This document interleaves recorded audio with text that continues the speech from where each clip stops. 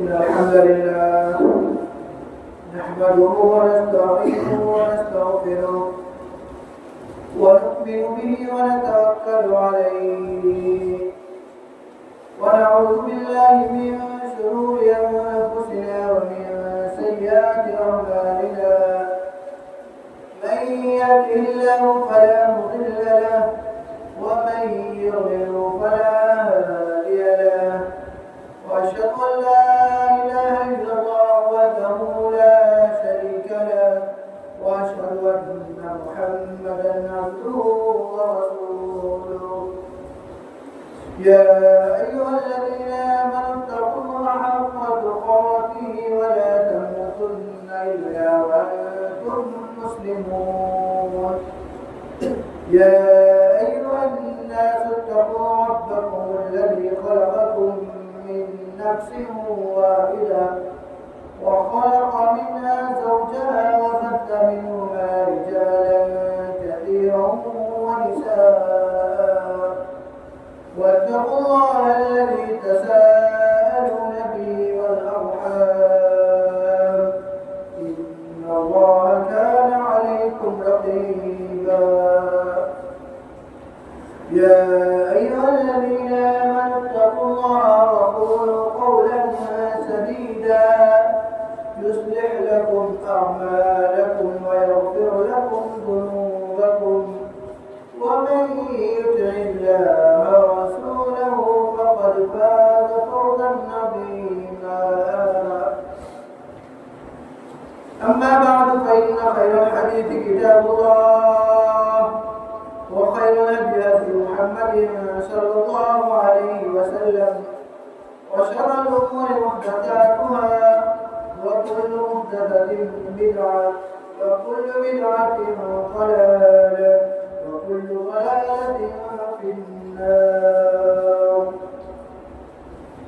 أعوذ بالله السميع العليم من الشيطان الرجيم. لا تقف ما ليس لك به علم إن السمع والبصر والفؤاد كل أولئك كان عنه مسؤولا. رب اشرح لي صدري ويسر لي أمري واحلل عقدة من لساني يفقهوا قولي. اللهم انفعني بما علمتني وعلمني ما ينفعني وزدني علما. اللهم رب زدني علما. برادران اسلام حاضرین جمعہ، تعریفات و توصیفات اللہ رب العالمین کے لیے لائق و زیبا ہیں. درود و سلام نازل ہو تمام انبیاء کرام پر، بالخصوص آخری نبی جناب محمد رسول اللہ صلی اللہ علیہ وسلم اور صلی وسلم مبارک علیہ. برادران اسلام حاضرین جمعہ، پچھلی قوم کے اوپر اللہ رب العالمین کی آزمائش آئی جس کا تذکرہ سورہ اعراف کے اندر آیت نمبر 163 سے لے کر کے 166 کے اندر اللہ رب العالمین نے ذکر کیا. یہودیوں کے لیے سنیچر کا دن عید کا دن مقرر تھا. اس دن انہیں مچھلیوں کے شکار کرنے سے اللہ رب العالمین نے منع فرما دیا تھا. یہ دن آپ کے لیے صرف اور صرف اللہ کی عبادت کے لیے خاص ہے. آپ اس دن مچھلیوں کے شکار کے لیے نہ جایا کریں. اسی سنیچر کے دن مچھلیاں پانی کے بہاؤ کے اندر اوپر سے جاتی تھی، لوگوں کو دکھتی تھی. اللہ رب العالمین کا حکم تھا کہ اس دن مچھلی نہ پکڑا جائے اور دوسرے دن یعنی اتوار سے لے کر کے جمعہ تک وہ مچھلیاں اوپر نہیں آتی بلکہ نیچے رہا کرتی تھی۔ انہوں نے ایک ملا کیا، ایک چال چلی کہ ہم جمعہ کے دن ہی جال کو بچھا دیں گے اور اتوار کے دن ہم اس جال کو لے لیں گے تاکہ ہمارے پاس بہت سی مچھلیاں آ جائیں۔ وہ اللہ رب العالمین نے ان کو جس چیز سے روکا وہ اس چیز کے کرنے کی طرف گئے تو اللہ رب العالمین کا عذاب ان کے اوپر آیا، اور ایسا عذاب آیا کہ اللہ رب العالمین نے ان کو ذلیل بندر بنا دیا۔ آج جو ہمارا آپ دیکھتے ہیں اور ہم نے جو سن رکھا ہے کہ بندر جو ہے وہ پہلے ہم انسان بندر کی نسل سے تھے۔ میرے بھائیوں ایسا نہیں، ہم مسلمان انسان جو ہے وہ حضرت آدم علیہ السلام کی نسل سے، ہم اور آپ کا ہے انسان کی نسل سے، کوئی بندر کی نسل سے نہیں ہے۔ بندر اللہ رب العالمین نے ان لوگوں کو بنایا جنہوں نے اللہ رب العالمین کی نافرمانی کی اور یہ یہودیوں میں سے تھے، جن کو اللہ رب العالمین نے حکم دیا تھا کہ آپ چاہے میرے حکم کی خلاف ورزی نہیں کرنا، لہذا اللہ رب العالمین نے ان کو اس دن سنیچر کے دن مچھلیاں زیادہ بتلا کر کے ان کو آزمانے کی کوشش کی کہ کہیں یہ میرے بندے میری عبادت کے اندر، میری بندگی کے اندر کہیں بھٹک کر کے اپنی لالچ کے اندر، اپنے دل کے لالچ کے اندر نہ چلے جائے۔ اسی وجہ سے اللہ رب العالمین نے قرآن کریم کے اندر کہا ہے وَمَن يُوقَ شُحَّ نَفْسِهِ، کہ جو شخص نفس کی لالچ سے بچا لیا گیا وہی شخص کامیاب ہے۔ اور اسی طریقے سے اور ایک واقعہ شکار کے متعلق آتا ہے کہ ابتدائی اسلام کے اندر جب حج کرنے گئے تو ان کو کیا ہے شکار کرنے سے بالکل منع فرما دیا کہ آپ شکار نہ کریں۔ نبی اکرم صلی اللہ علیہ وسلم کی دور کا واقعہ ہے، یہ جو واقعہ میں نے پہلے بیان کیا یہ آپ کے نبوت سے پہلے کا واقعہ ہے جن کو بندر بنایا گیا تھا۔ یہ جو واقعہ میں آپ بیان کر رہا ہوں اسے بھی اللہ رب العالمین نے قرآن کریم کے اندر فرمایا ہے کہ یا ایھا الذین آمنوا لا یبلونکم اللہ بشیء من الصید تنالوا ایدیکم، کہ ایمان والو میں تم کو ضرور آزماؤں گا شکار کے ذریعے سے جس کو تم اپنے ہاتھ سے پکڑ سکتے ہو، یا پھر اپنے نیزوں کے ذریعے سے اس کو تم آرام سے شکار کر سکتے ہو۔ حج کے ٹائم پر وہاں پر کیا ہے شکار کرنے سے اللہ رب العالمین نے منع فرما دیا ہے، جو کوئی شکار کرے گا وہ اللہ کے حدود کو پار کرے گا، لہذا حج کرتے ہوئے کسی نے شکار کیا تو اس کے لیے اس کا کفارہ ادا کرنا ہوگا۔ تو اللہ کے رسول کے اصحاب جو تھے ان کا ایمان بڑا مضبوط ہوا کرتا تھا، تو اپنے ایمان کے مضبوط ہونے کے ناطے اللہ رب العالمین کی آزمائش کے اندر جو اللہ نے ان کو آزمایا کہ ان کا شکار اتنا قریب کسی کو اپنے ہاتھ سے پکڑ سکتے تھے اور اپنے نیزوں سے جس کا شکار کر سکتے تھے، اس کے باوجود بھی اللہ رب العالمین کے حکم کو لے کر کے وہ کیا ہے اس شکار کو نہیں کیا، تو اس آزمائش کے اندر وہ لوگ کامیاب ہو گئے۔ تو ایسے لوگوں کے بارے میں اللہ رب العالمین نے فرمایا کہ یہی لوگ کامیاب ہو گئے۔ اور فَمَنِ اعْتَدَىٰ بَعْدَ ذَٰلِكَ فَلَهُ عَذَابٌ أَلِيمٌ، اور جو اللہ رب العالمین کے جو حدود بنائے ہیں، اللہ کے جو حکم کی نافرمانی کریں گے تو اس حکم کی نافرمانی کے پاداش میں کیا ہے عذاب علیم، دردناک عذاب اللہ رب العالمین نے تیار کر رکھا ہے۔ میرے بھائیوں دو واقعے میں نے آپ حضرات کے سامنے بیان کیے جن کے اندر اللہ رب العالمین نے آزمایا بندوں کو، تو ایک قوم تو اس آزمائش کے اندر ناکام ہو گئی اور اپنے نفس کی خواہش کے اندر، اس لالچ کے اندر پڑ کر کے اللہ رب العالمین کے ہلا کرتے ہوئے اللہ رب العالمین کی نافرمانی کر بیٹھی اور اللہ رب العالمین کا عذاب ان کے اوپر آیا ہے۔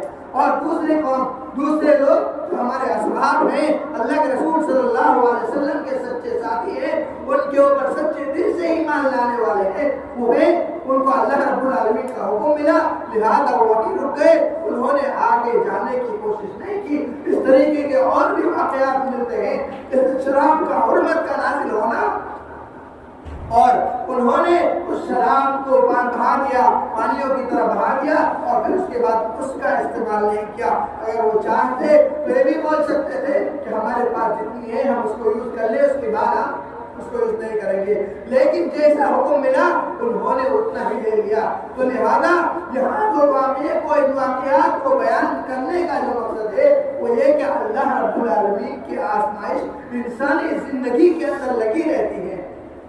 ہر انسان اس کی زندگی کے اندر اللہ رب العالمین کی آزمائش لگی رہتی ہے۔ آج اس دور کے اندر سب سے بڑی آزمائش ہمارے لیے جو ہے وہ یہ موبائل فون ہے۔ اس موبائل فون کے استعمال کی وجہ سے ہم آزمائش کے اندر پڑے ہوئے ہیں۔ بسا اوقات ہم لوگوں کے سامنے ہوتے ہیں اور بسا اوقات ہم خلوت کے اندر یعنی تنہائی میں ہوتے ہیں، تو اس موبائل فون کا ہم صحیح استعمال کرتے ہیں یا نہیں ہے؟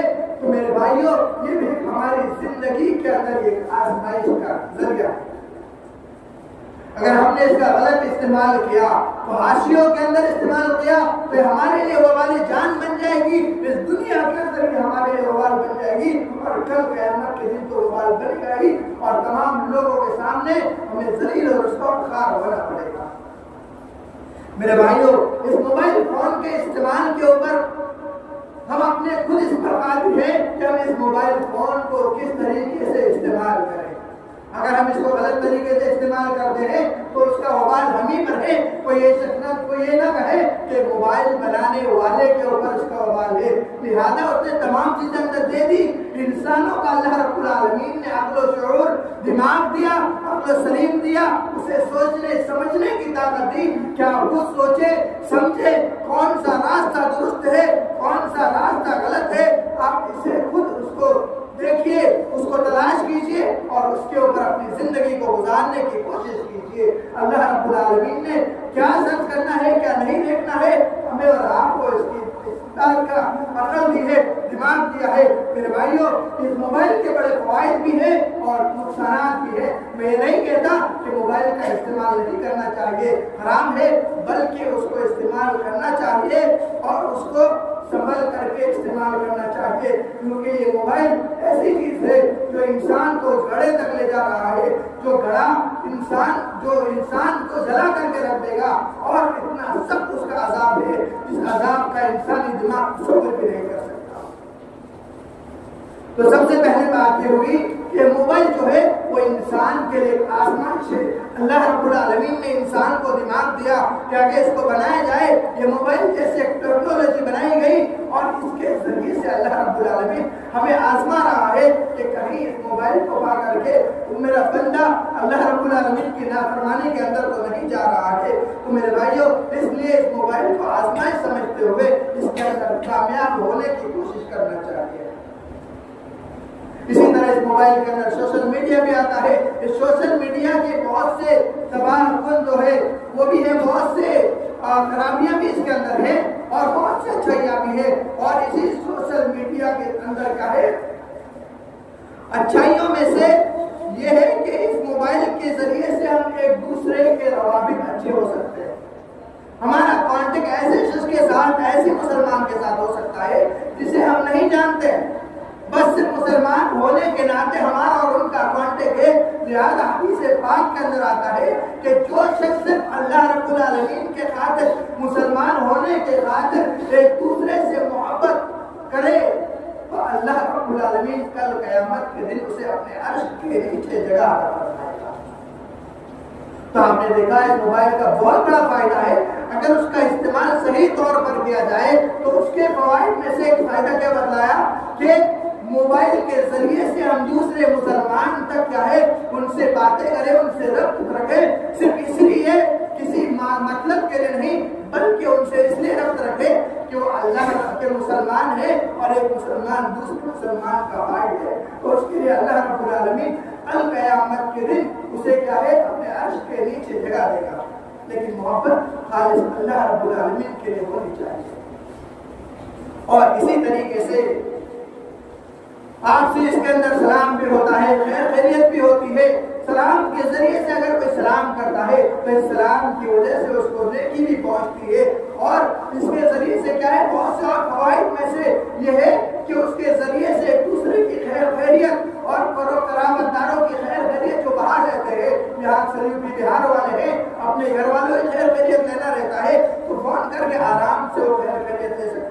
یہ اس کے فوائد میں سے ہے، لہذا اور بھی بہت سے فوائد ہیں لیکن اس کے نقصانات بھی بہت زیادہ ہیں۔ جیسے اس موبائل کے پیچھے پڑ کر کے لوگ اپنا وقت بہت زیادہ ضائع کرتے ہیں، اس موبائل کے چکر میں رہ کر کے وہ کیا سے کیا کر جاتے ہیں ان کو پتہ ہی نہیں رہتا۔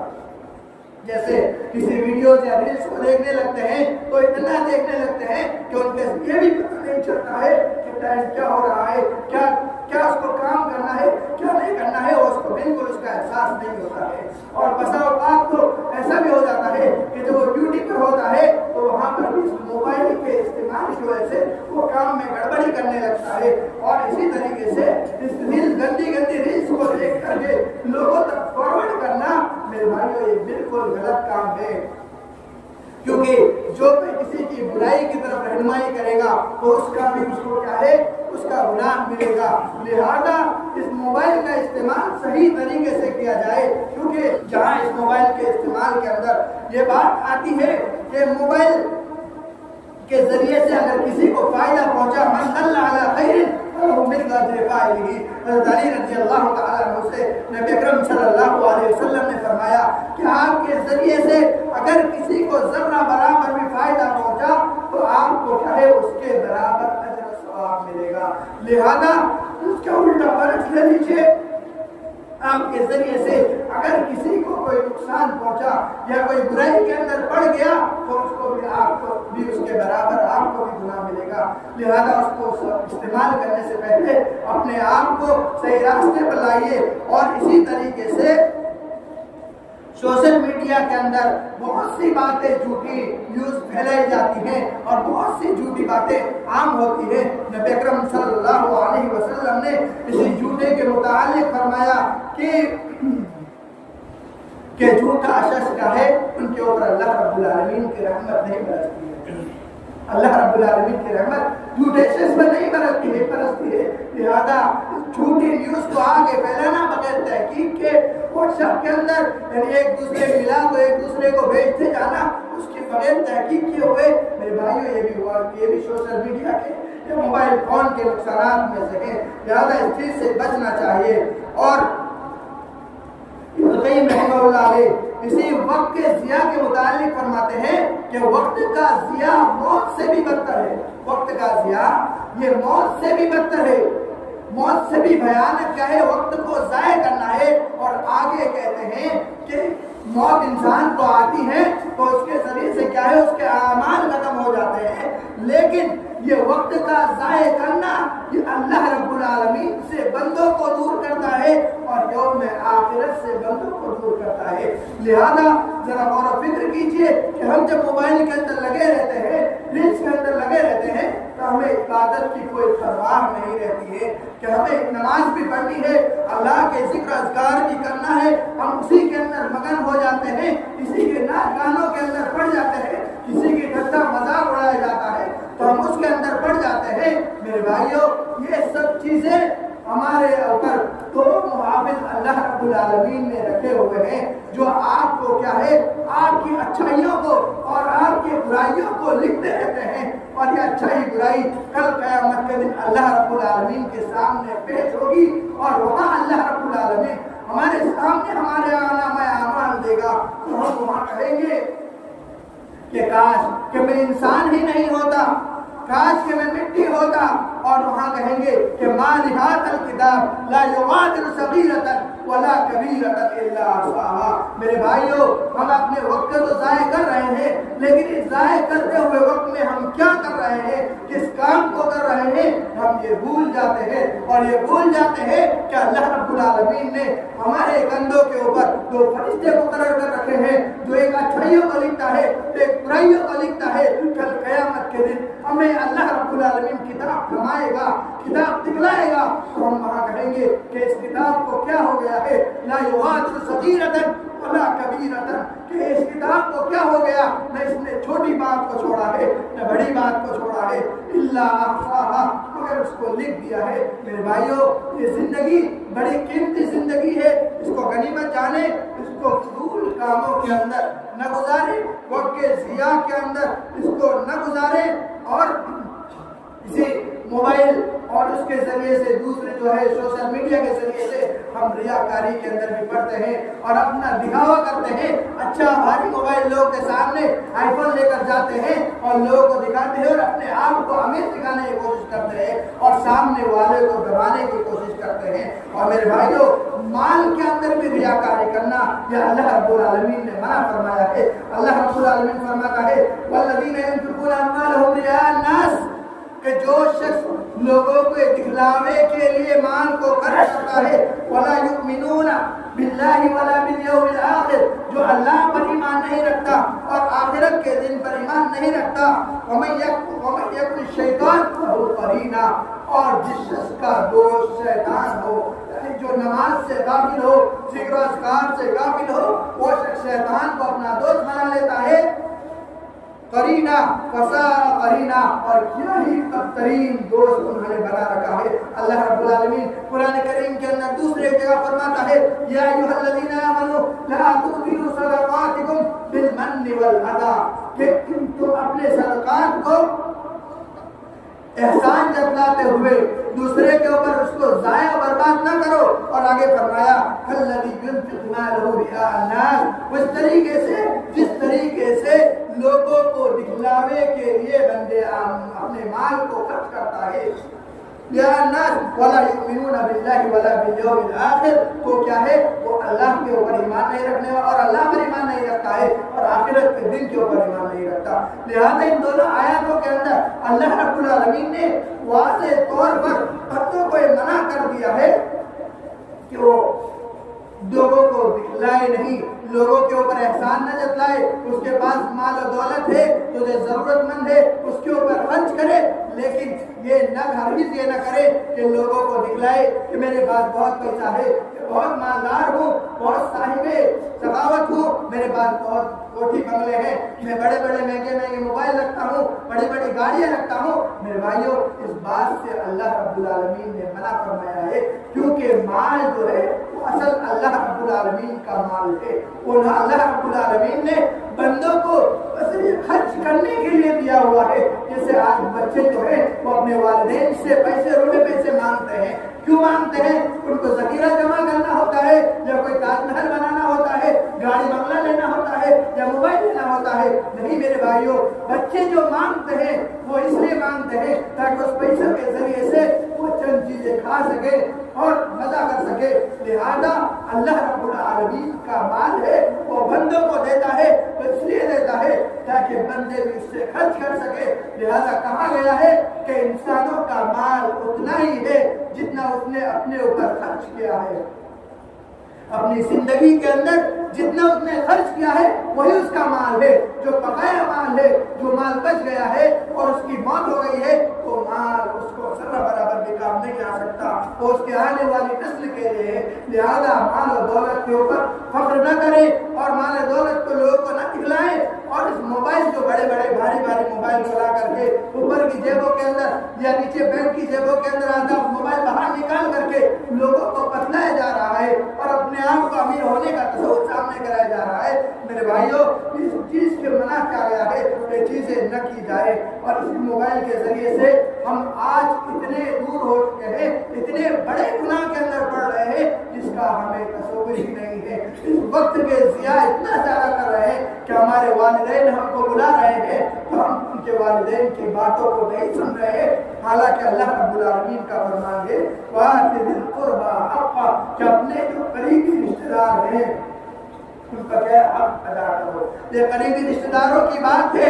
جو والدین بوڑھے ہو جائے, عمر کے بعد ہو جائے, وَلَا تَقُلْ لَهُمَا أُفٍّ وَلَا تَنْهَرْهُمَا وَقُلْ لَهُمَا قَوْلًا كَرِيمًا. اے مسلمانوں, والدین کے متعلق ان کی اطاعت و فرما برداری کرنے کے لیے کہا ہے. نبی اکرم صلی اللہ علیہ وسلم نے واضح طور پر یہ کہہ دیا ہے کہ اگر آپ کو چاہیے اللہ رب العالمین کی رضا چاہیے تو تمہیں اللہ اپنے والدین کی رضامندی حاصل کرنی ہوگی.